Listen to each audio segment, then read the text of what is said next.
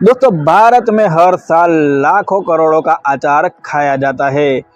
लेकिन अब क्या हो रहा है कि लोग बड़े बड़े ब्रांड के अचार खरीदने के बदले होममेड घर का बना अचार खरीदना ज़्यादा पसंद करते हैं, ज़्यादा प्रीफर करते हैं, क्योंकि वो प्रिजर्वेटिव से फ्री होते हैं।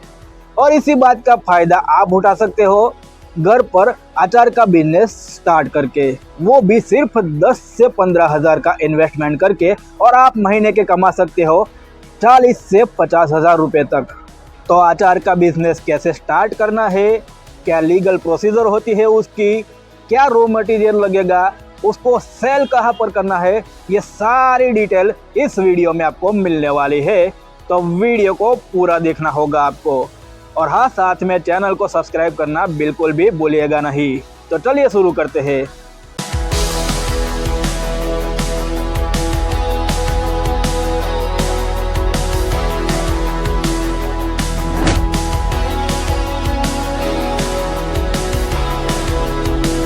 दोस्तों, अचार का सक्सेसफुल बिजनेस घर बैठे करना है तो पहले ही बता दूं कि वीडियो का एक भी पॉइंट आपको मिस नहीं करना है। तो सबसे पहले हम बात करेंगे इन्वेस्टमेंट की। तो जैसा मैंने शुरुआत में बोला कि मिनिमम आपको ज़रूरत होगी 10,000 से 15,000 तक की अचार का बिजनेस स्टार्ट करने के लिए। लेकिन अगर आप एकदम प्रोफेशनली बिजनेस स्टार्ट करना चाहते हो तो आपको बजट बढ़ाना भी पड़ सकता है, तो इसके लिए तैयार रहे। इसके अलावा वर्क स्पेस की बात करें तो आपके घर का एक कमरा इस काम के लिए रोक के रखना पड़ेगा। अगर आपका घर बड़ा है और कमरे ज़्यादा है तो आप ये भी कर सकते हो कि एक कमरे में आप रॉ मटेरियल रखो और उसी कमरे में आप अचार बनाओ और दूसरे कमरे में फाइनल प्रोडक्ट को रखो। अच्छा, तो ये तो हो गई बात इन्वेस्टमेंट की और वर्क प्लेस की। तो अब बात करेंगे लीगल प्रोसीजर की, ताकि जो ज़रूरी हो वो लाइसेंस और परमिशन आपके पास रहेगा तो आगे जाकर आपको कोई दिक्कत ना आए। तो दोस्तों, अचार एक खाने की चीज़ है, फूड आइटम है। और फूड आइटम को बेचने के लिए हमारे देश में FSSAI यानी कि food safety and standard authority of India के लाइसेंस की ज़रूरत होती है। और ये लाइसेंस आप ऑनलाइन भी बनवा सकते हो। और शुरुआत में आपका काम छोटा होने के चलते 100 रुपये प्रति वर्ष की फीस में ये लाइसेंस आपको मिल जाएगा। ये लाइसेंस ऑनलाइन कैसे निकलवाना है, इसके ऊपर मैं आगे अलग से एक वीडियो बनाकर अपलोड कर दूंगा और इसकी वेबसाइट की लिंक मैं डिस्क्रिप्शन में दे रहा हूँ। इसके अलावा आप उद्यम आधार भी बनवा सकते हो। वैसे उद्यम आधार बनवाना कंपलसरी नहीं है, लेकिन क्या है कि अगर आपको इन फ्यूचर अपने अचार का बिजनेस को बड़ा करने के लिए पैसों की ज़रूरत पड़ी और अगर आपने उद्यम आधार बनवाया हुआ है तो आपको बैंक से बिना गारंटी के कम इंटरेस्ट पर आसानी से लोन मिल सकती है। और उद्यम आधार भी ऑनलाइन बनवा सकते हो, जिसकी लिंक मैं डिस्क्रिप्शन में दे रहा हूँ। इसके ऊपर भी मैं अलग से कैसे रजिस्ट्रेशन करना है उसकी वीडियो आगे बनाऊंगा। इसके अलावा GST रजिस्ट्रेशन भी करवाना पड़ेगा अगर आपका टर्नओवर 40 लाख से ज़्यादा हो जाता है तो। लेकिन अभी आप शुरुआत कर रहे हो अचार के बिजनेस की तो आपका GST रजिस्ट्रेशन करवाने की ज़रूरत नहीं होगी, क्योंकि आपका टर्नओवर इतना होगा ही नहीं शुरुआत में। लेकिन अगर आप अपना प्रोडक्ट दूसरे स्टेट में सेल कर रहे हो तो आपको GST रजिस्ट्रेशन करवाना कंपलसरी हो जाएगा, चाहे आपका टर्नओवर 40 लाख से ज़्यादा हो या फिर कम हो। हालांकि GST रजिस्ट्रेशन भी ऑनलाइन हो सकता है और कैसे करना है इसकी भी अलग से मैं वीडियो बनाने वाला हूँ। अगर आप इन सारे लीगल प्रोसीजर को फॉलो करोगे तो आपको बिजनेस में कोई भी दिक्कत नहीं आएगी। तो इन्वेस्टमेंट और लीगल प्रोसीजर की बात हो गई। अब बात करेंगे रॉ मटेरियल की, जिसके बिना ये सब कुछ बेमतलब है। अब रॉ मटेरियल की बात करें तो ये डिपेंड करता है कि आप किस चीज़ का अचार बना रहे हो। अगर मेरी मानो तो शुरुआत में जो मोस्ट कॉमन अचार है वही आप बनाइए, जैसे कि कच्ची कैरी का अचार, नींबू का अचार और हरी मिर्ची का अचार। उसके बाद धीरे धीरे कस्टमर डिमांड को देखते हुए आगे बढ़ना है और फिर बाकी वैरायटी के अचार लॉन्च करने हैं। नहीं तो क्या होगा कि शुरुआत में ही आप बहुत सारी वैरायटी के अचार बनाकर रख दोगे और फिर पता चले कि मार्केट में उस अचार की तो डिमांड ही नहीं है और वो वैरायटी के अचार तो बिकने वाले हैं ही नहीं। तो क्या होगा कि आपका कॉन्फिडेंस भी टूटेगा और वो अचार बनाने में जो आपका पैसा लगा है उसका भी नुकसान होगा। तो इसीलिए शुरुआत में मार्केट में चलने वाले मोस्ट कॉमन वेराइटी के अचार ही बनाने हैं। तो सबसे पहला रॉ मटेरियल आपका आ जाएगा कच्ची कैरी, नींबू और हरी मिर्ची। उसके बाद बात करेंगे तेल की, क्योंकि तेल के बिना अचार अधूरा है। तो अचार के लिए सबसे बेस्ट तेल रहेगा सरसों का तेल। सरसों के तेल से अचार का टेस्ट और सेल्फ लाइफ दोनों बढ़ता है, यानी कि हमारा अचार लंबे समय तक खराब नहीं होता। यहाँ ध्यान रखिए कि बिजनेस को कंटिन्यू चलाने के लिए और आगे बढ़ाने के लिए कस्टमर को क्वालिटी दिखानी पड़ेगी आपकी प्रोडक्ट की, तभी कस्टमर आपके साथ लंबे समय तक जुड़े रहेंगे। तो रॉ मटेरियल भी अच्छी क्वालिटी का रखना है। तो फ्रूट, वेजिटेबल और तेल के बाद अब बारी है मसालों की। तो मसालों में हमारे हो गए लाल मिर्ची पाउडर, हल्दी पाउडर, नमक, सौंफ, मेथी दाना, सरसों, कलौंजी, अजवाइन, हींग और बाकी कोई स्पेशल मसाला जो आप अचार बनाने के लिए यूज़ करते हो, जिससे आपका अचार बाकी लोगों के अचार से अलग टेस्ट करता हो। इन सब मसालों की ज़रूरत पड़ेगी। रॉ मटेरियल आने के बाद बात करेंगे अचार बनाने के प्रोसेस की। तो आप अचार बनाते वक्त ध्यान रखें कि पूरी तरह से हाइजीन मेंटेन होनी चाहिए। हो सके तो आप अपने अचार बनाने की प्रक्रिया के फोटोज़ या फिर वीडियोस बनाकर सोशल मीडिया प्लेटफॉर्म पर भी डाल सकते हो, ताकि कस्टमर आपके अचार बनाने के प्रोसेस के वक्त जो हाइजीन मेंटेन हो रही है उसे देखकर आपका प्रोडक्ट परचेस करने के लिए अट्रैक्ट हो। शुरुआत में आप अचार वही परंपरागत तरीके से बनाए जैसे आप अपने घर के लिए बना रहे हो। फिर एक बार मार्केट में डिमांड बढ़ने के बाद आप अचार बनाने के लिए मशीन में इन्वेस्ट कर सकते हो। अब देखिए, अचार तो आपने बना दिया, बहुत टेस्टी भी बना है अचार, लेकिन अगर उसकी पैकिंग अट्रैक्टिव नहीं होगी तो आपका प्रोडक्ट अच्छा होने के बावजूद सेल नहीं होगा। तो उसकी पैकिंग कैसे करनी है, आइए जानते हैं। तो दोस्तों, शुरुआत में आपको ज़्यादा बड़ी पैकिंग नहीं करनी है। आपकी पैकिंग रेंज शुरुआत में 100 ग्राम से लेकर 1 किलो तक की होनी चाहिए, उससे ज़्यादा नहीं होनी चाहिए। फिर अगर आपका बिजनेस अच्छे से ग्रो करता है, मार्केट में चलने लगे, उसके बाद आप पैकिंग की रेंज बढ़ा सकते हो। अब देखिए, पैकिंग के लिए कौन से मटेरियल की ज़रूरत पड़ेगी, इसकी बात करें तो मैं पैकिंग के लिए सजेस्ट करूँगा कि मार्केट डिमांड के मुताबिक हम 100 ग्राम, 250 ग्राम, 500 ग्राम और 1 किलोग्राम की रेंज का पैकिंग करेंगे। उसमें से जो 100 ग्राम और 250 ग्राम वाला पैकिंग है, उसके लिए हम इस्तेमाल करेंगे प्लास्टिक के पाउच। ये पैकिंग पाउच आपको आपके लोकल एरिया की कोई प्लास्टिक फैक्ट्री हो या फिर प्लास्टिक के रॉ मटेरियल का होलसेलर हो, वहाँ से आसानी से मिल जाएगी और ये सस्ता भी पड़ेगा और प्रोफेशनल भी लगेगा।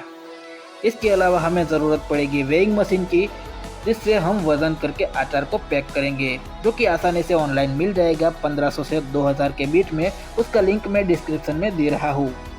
इसके अलावा हमें और ज़रूरत पड़ेगी सीलिंग मशीन की, जिससे हम 100 ग्राम और 250 ग्राम वाले अचार के पाउच को सील करेंगे। ये भी आपको ऑनलाइन 1000 से 1500 के बीच में मिल जाएगा। उसका भी लिंक मैं डिस्क्रिप्शन में डाल रहा हूँ। चलो, ये तो बात हुई 100 ग्राम और 250 ग्राम के पैकिंग की। अब बात करते हैं 500 ग्राम और 1 किलोग्राम के पैकिंग की। तो उसके लिए हम या तो कांच के जार का इस्तेमाल करेंगे या फिर प्लास्टिक के जार का इस्तेमाल करेंगे। वैसे मैं सजेस्ट करूंगा कि हम प्लास्टिक के जार का इस्तेमाल करें तो बेटर रहेगा, क्योंकि सस्ते होते हैं कांच के जार के कंपेयर में। इसके अलावा इसे कैरी करना भी आसान होता है और टूटने का भी डर नहीं रहता है। अब देखिए, जहाँ से हमने प्लास्टिक के पाउच खरीदे हैं वहीं से हमें प्लास्टिक के जार भी मिल जाएंगे। अब देखिए, प्लास्टिक के जार के पैक को और ट्रस्टफुल बनाने के लिए हम उसके ऊपर सील लगाएंगे, और ये सील लगाने के लिए हमें चाहिए होगा एल्यूमिनियम फॉयल सील और फॉयल सीलर मशीन, जिसका लिंक भी मैंने डिस्क्रिप्शन में दे दिया है। वैसे ज़रूरी नहीं है कि आप ये सील लगाओ, लेकिन कस्टमर का आप पर ट्रस्ट बढ़े, विश्वास बढ़े और कस्टमर को ये विश्वास रहे कि जो आपने प्रोडक्ट पैक करके दिया है वो सही सलामत कस्टमर के पास पहुंचा है, तो उसके लिए अगर आप ये सील लगाएंगे तो अच्छा रहेगा। इसके अलावा आप अपने प्रोडक्ट के पैकिंग को और भी अट्रैक्टिव बनाने के लिए अपना ब्रांड नेम भी पैकिंग पर ऐड कर सकते हो। ब्रांडिंग आपकी प्रोडक्ट को एक अलग पहचान दिलाती है, एक अलग आकर्षण दिलाती है। ब्रांड नेम आप कोई भी यूनिक सा रख सकते हो या फिर अपने बच्चों का नाम भी रख सकते हो और अपना ब्रांड नेम वाला लोगो भी ऐड कर सकते हो। और अपना जो ब्रांड है उसको आप ट्रेडमार्क पर रजिस्टर भी कर सकते हो। हालांकि ट्रेडमार्क पर रजिस्टर करना कंपलसरी नहीं है, लेकिन अगर आप ट्रेडमार्क पर अपना ब्रांड रजिस्टर करते हो तो कल को अगर आपका ब्रांड फेमस और पॉपुलर हो जाए तो कोई आपकी ब्रांड की कॉपी नहीं कर सकता है, आपका ब्रांड लीगली सिक्योर हो जाता है। इसके अलावा ब्रांडिंग करने से आपका प्रोडक्ट बाकी के प्रोडक्ट से अलग दिखता है। जैसे बड़ी बड़ी कंपनियां करती है ठीक वैसे ही आपको करना है, ताकि कस्टमर को आपका प्रोडक्ट पसंद आए और वो जब दोबारा वो प्रोडक्ट खरीदने के लिए दुकान में जाए तो आपके ब्रांड नेम से वो आपका प्रोडक्ट पहचान सके, अच्छे से खरीद सके। तो कुल मिलाकर बात यह है कि अगर आपने अपनी प्रोडक्ट पर ब्रांडिंग की होगी, आपके प्रोडक्ट की पैकिंग पर ब्रांडिंग की होगी, तो दूसरी बार कस्टमर को आपका प्रोडक्ट खरीदने में आसानी रहेगी। देखो, अब हमने हमारा प्रोडक्ट बढ़िया से पैक भी कर दिया है, लेकिन अब सवाल ये है कि हम इसे बेचेंगे कहाँ। तो आइए जानते हैं। अब हम बात करेंगे कि तैयार किया हुआ प्रोडक्ट बेचना कहाँ है। तो देखिए, अपनी प्रोडक्ट सेल करने के लिए काफ़ी सारे रास्ते हैं। या तो आप घर घर जाकर अपना प्रोडक्ट बेच सकते हो, लेकिन ये ऑप्शन सभी के लिए प्रैक्टिकल नहीं है। तो दूसरे ऑप्शन पर बात करते हैं। तो दूसरा ऑप्शन है कि आप अपने आसपास के लोकल वेंडर या किराने की दुकान वालों के थ्रू अपना प्रोडक्ट बेच सकते हो। इसके अलावा आपके आसपास काफ़ी सारे होटल्स होते हैं, उन होटल वालों को आप अपना अचार बेच सकते हो। इसके अलावा आपके एरिया के कैटरिंग का बिजनेस करने वाले कैटरर्स को भी आप अपना अचार बेच सकते हो। होटल और कैटरर्स वालों के पास से आपको बल्क में बड़ा ऑर्डर मिलने के चांसेस ज़्यादा रहते हैं। इसके अलावा आप खुद भी मार्केट में जहाँ सब्जी मंडी या ऐसा कुछ लगता है वहाँ जाकर अपना छोटा पैकिंग वाला अचार बेच सकते हो। इसके अलावा आप अपना प्रोडक्ट ऑनलाइन भी बेच सकते हो, जैसे कि अमेज़ॉन, फ्लिपकार्ट जैसी साइट पर बेच सकते हो। इसके अलावा सोशल मीडिया पर मार्केटिंग कर सकते हो, साथ ही अपना एड्रेस भी डाल सकते हो अगर पॉसिबल हो सके तो, ताकि लोग आपके घर आकर भी आपका प्रोडक्ट खरीद सके। इसके अलावा आसपास के लोकल मॉल में और आसपास के होलसेलर्स को भी आप अपना प्रोडक्ट सेल कर सकते हो। तो कुल मिलाकर इन सभी जगहों पर आप अपना प्रोडक्ट बेच सकते हो। बस शर्त इतनी है कि प्रोडक्ट का पैकिंग अट्रैक्टिव होना चाहिए और प्रोडक्ट का प्राइस रेट सही होना चाहिए। अब सही प्राइस रेट कैसे रखना है, ये सवाल यहाँ खड़ा होता है। तो चलिए जानते हैं कि प्राइस रेट कैसे तय करना है आपकी प्रोडक्ट का। दोस्तों, आपको अपनी प्रोडक्ट की कीमत तय करने के लिए थोड़ा सा कैलकुलेशन करना होगा। ऐसे ही जो मन में आए वो कीमत नहीं रखनी है, इस बात का ध्यान रखें। तो आपको प्रोडक्ट का दाम तय करने के लिए सबसे पहले उसकी मैन्युफैक्चरिंग कॉस्ट निकालनी होगी। मैन्युफैक्चरिंग कॉस्ट निकालने के लिए उस प्रोडक्ट को बनाने के लिए आपने जो भी खर्चा किया है, रॉ मटेरियल से लेके पैकिंग तक, उन सब का टोटल करना होगा और वो होगी आपकी मैन्युफैक्चरिंग कॉस्ट। तो आपकी जितनी मैन्युफैक्चरिंग कॉस्ट है उसका डबल करना है और वो होगी आपके प्रोडक्ट की कीमत, उसकी MRP। अब मैं एग्जांपल देकर समझाता हूँ। मान लीजिए कि आपके 1 किलो अचार की मैन्युफैक्चरिंग कॉस्ट 100 रुपये है, तो आपको उसकी कीमत रखनी है 200 रुपये, यानी कि आपकी प्रोडक्ट का प्रॉफिट मार्जिन होगा 50%। और उसके पीछे की वजह भी बताता हूँ। तो आपने MRP रख दी 200 रुपये, यानी कि कस्टमर को अचार की कीमत 200 रुपये प्रति किलो पड़ेगी। अब आप सीधे कस्टमर को तो बेचने जाने वाले हो नहीं, आप जाओगे बेचने के लिए होलसेलर के पास, दुकानदार के पास, तो वो भी अपना प्रॉफिट मार्जिन निकालेंगे। तो देखिए, आपका 100 रुपये लग कर बना हुआ प्रोडक्ट आप आगे बेचोगे 150 रुपये में। होलसेलर अपना प्रॉफिट का 20 या 30 रुपया निकाल कर लोकल वेंडर को बेचेगा 170 से 180 रुपये में। और फिर आखिर में जो लोकल दुकानदार है MRP पर प्रोडक्ट बेचकर अपना प्रॉफिट निकालेगा, यानी कि MRP में हमारा प्रॉफिट मार्जिन रहेगा 25% और बाकी का 25% रहेगा आगे होलसेलर और वेंडर्स के लिए। लेकिन एक बात का ध्यान रखें कि आपने जो प्राइस रखा है अपने प्रोडक्ट का, वो हो सके तो मार्केट में आपके जैसे प्रोडक्ट के कंपेयर में कम या फिर बराबर होने चाहिए, लेकिन ज़्यादा नहीं होने चाहिए। नहीं तो क्या होगा कि और प्राइसिंग के चलते हमारी प्रोडक्ट ना बिके, ऐसा भी हो सकता है। इसके अलावा हमें थोड़ा सा कस्टमर के दिमाग के साथ भी खेलना है, अलग अलग रेंज के पैकिंग के प्राइस अलग अलग तरीके से तय करके। अब देखिए, कस्टमर अगर थोड़ा ज़्यादा फायदा मिले तो डबल पैसा भी खर्च कर देता है। तो आपको क्या करना है कि अगर 1 किलो के पैक की MRP 200 रुपये रखी है तो 500 ग्राम वाले पैक की MRP 110 रुपये रखनी है, ताकि 500 ग्राम का प्रोडक्ट खरीदने वाले कस्टमर के मन में ये ख्याल आए कि अगर मैं 1 किलो वाला पैक खरीदूं तो मुझे 20 रुपये का फ़ायदा होगा, और यही 20 रुपये का फ़ायदा कस्टमर को 500 ग्राम वाले पैक के बदले 1 किलो वाला पैक खरीदने को मजबूर करेगा। इसी तरह से आपको 100 ग्राम के पैक की कीमत 30 रुपये और 250 ग्राम के पैक की कीमत 60 रुपये रखनी है। तो आप कस्टमर के दिमाग के साथ खेल कर ज़्यादा से ज़्यादा प्रोडक्ट बेच सकते हो। सो आज के वीडियो में मैंने अचार के बिजनेस के बारे में सारी डिटेल्स और सारी जानकारी दी कि कैसे आपको अचार का बिजनेस शुरू करना है, इन्वेस्टमेंट से लेकर सेलिंग तक की प्रोसीजर क्या होती है, इन सब के बारे में डिटेल में जानकारी शेयर की, जिससे चलते आप आसानी से कम इन्वेस्टमेंट में अपना बिजनेस स्टार्ट कर सकते हो।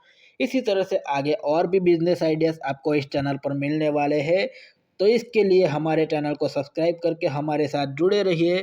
तो मिलते हैं नेक्स्ट वीडियो में कुछ ऐसे ही नई बिजनेस आइडिया के साथ।